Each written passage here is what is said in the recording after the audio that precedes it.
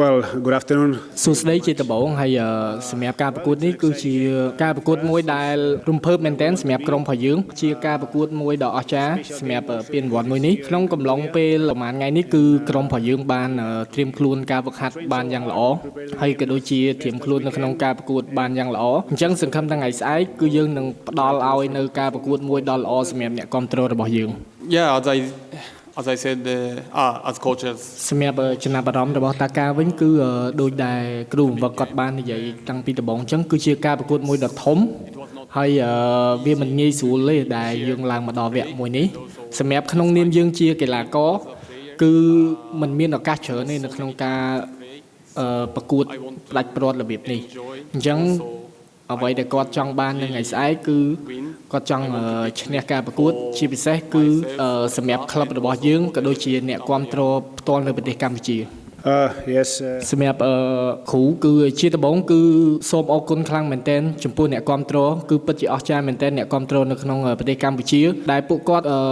បានន័យថាពួកគាត់ធ្វើការខ្លាំងមែនទែនគាត់មិនងាយស្រួលទេនៅក្នុងការទទួលបានសម្បត្តិនៅក្នុងទស្សនាការប្រកួតផ្ដាច់ព្រាត់មួយនេះហើយសម្រាប់នៅថ្ងៃស្អែកគឺយើងនឹងផ្ដល់ឲ្យការប្រកួតមួយដ៏ល្អសម្រាប់គាត់ហើយនឹងឲ្យអ្នកគាំទ្រទាំងអស់នៅក្នុងប្រទេសកម្ពុជារបស់យើងរីករាយសម្រាប់នៅការប្រកួតនៅថ្ងៃស្អែក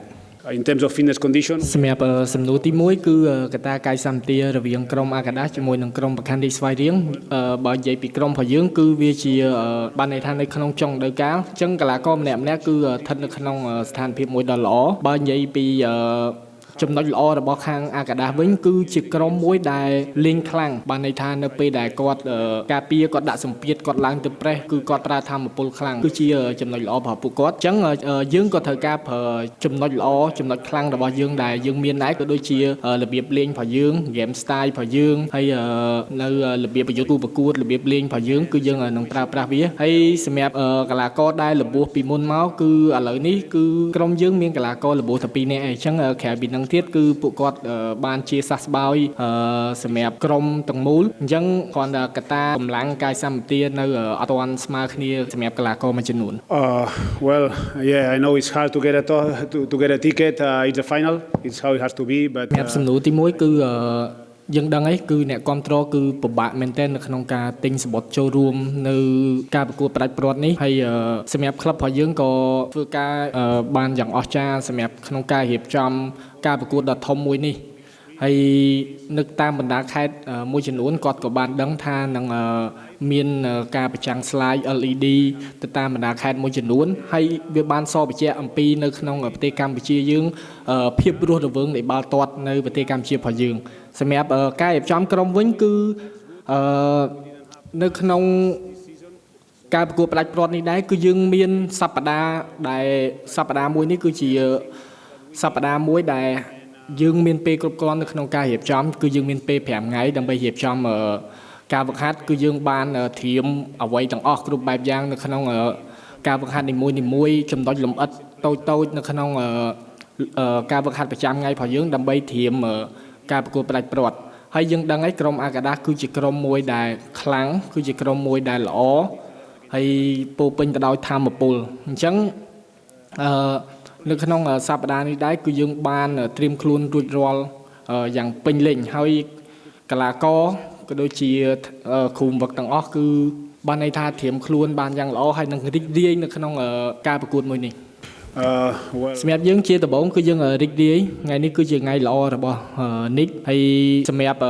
រឿងរៀបការនេះគឺយើងបានដឹងហើយគឺគាត់មានផែនការតាំងពីដំបូងមកគឺយើងអាចផ្លាស់ប្ដូរថ្ងៃបានហើយសម្រាប់គាត់អាចនិយាយបានថានិកគឺគាត់នឹងមានឈ្មោះនៅការប្រកួតនៅថ្ងៃស្អែកប៉ុន្តែយើងអត់បានដឹងថាគាត់មុនទៅដល់ថ្ងៃស្អែកគឺយើងអត់ដឹងថាណាគេជាអ្នកកីឡាករដែលចាប់ផ្ដើមដំបូងទេប៉ុន្តែគឺយើងនឹងដាក់គាត់នៅក្នុង